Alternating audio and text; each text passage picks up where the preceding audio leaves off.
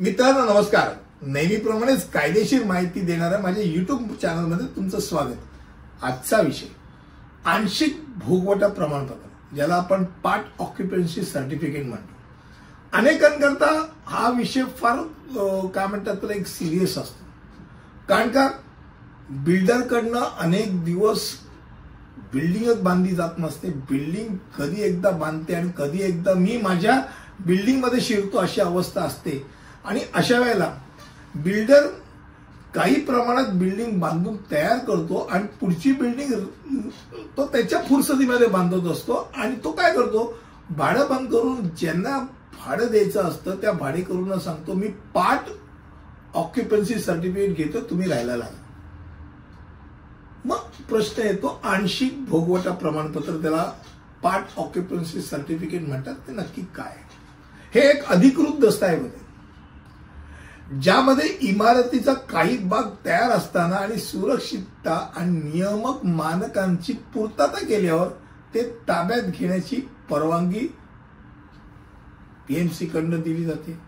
बाबा ठीक आहे, पार्ट ओसी तुम्हाला देते, कारण जे काय आवश्यक नियम आहे, फायर म्हणा इतर गोष्टी म्हणा, ते झालेले आहेत.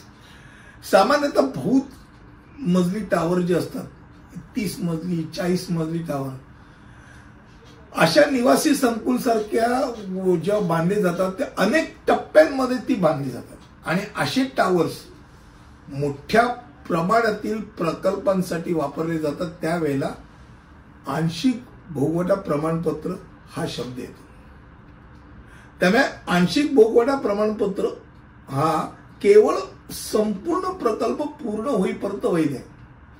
आणि अधिकारी संपूर्ण प्रकल्पासाठी भोगवटा प्रमाणपत्र जारी करतात जेव्हा तो कंप्लीट होतो. याचाच अर्थ ही तात्पुरती मान्यता आहे.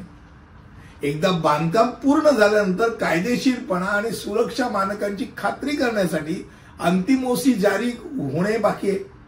आणि त्यामुळे या प्रमाणपत्राशिवाय स्थानिक प्राधिकरणाला कायदेशीर कारवाई सुरू करण्याचा अधिकार आहे. कारण प्रकल्पामध्ये नंतर जे आवश्यक आहे त्या गोष्टी नाही केल्या तर कारवाई केली जाऊ शकते. आणि त्यामुळे गृहनिर्माण कर्ज घेताना सादर करायला लागणाऱ्या ज्या अनिवार्य कागदपत्र आहेत त्यात ऑक्युपन्सी सर्टिफिकेट भोगवटा प्रमाणपत्र असतं. त्याला पार्शल किंवा आंशिक भोगवटा प्रमाणपत्र असेल तर त्याला लोन घेता येत, तो ते घाण ठेवू शकत नाही, कारण तेच क्लिअर टायटलचं नाही. जोपर्यंत ऑक्युपन्सी सर्टिफिकेट मिळत नाही तोपर्यंत बिल्डर मेंटेनन्स फी मागू शकत नाही.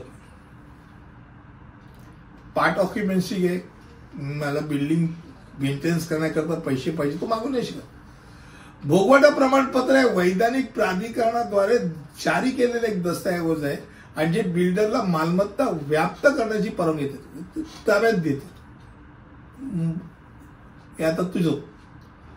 आणि घर खरेदी करणाऱ्यांसाठी सर्वोच्च न्यायालयाने खास करून म्हटलेलं आहे की रिअल इस्टेट डेव्हलपरने बांधकाम पूर्ण न करता अग्निशामक मंजुरी प्रमाणाशिवाय जर खरीददाराला प्लॉटचा ताबा देऊ केला तर ते केवळ बेकायदेशीर नाही तर ग्राहकांच्या अंतर्गत सेवेतील कमतरता असेल.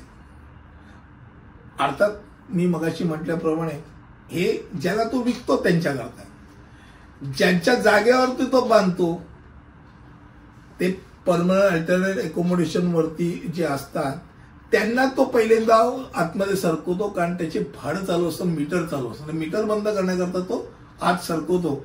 आणि त्यामुळे आजचा विषय आंशिक भोगवटा प्रमाणपत्र एवढा छोटा विषय होता. तो काय आहे आणि तो कशा करता असतो याकरताचा असा विषय होता. मला वाटतं तुम्हाला कमी शब्दामध्ये हा मी विषय मांडला. पुढील व्हिडिओमध्ये असंच काहीतरी नवीन घेऊन येईल. तिथपर्यंत इथे थांबतो. धन्यवाद.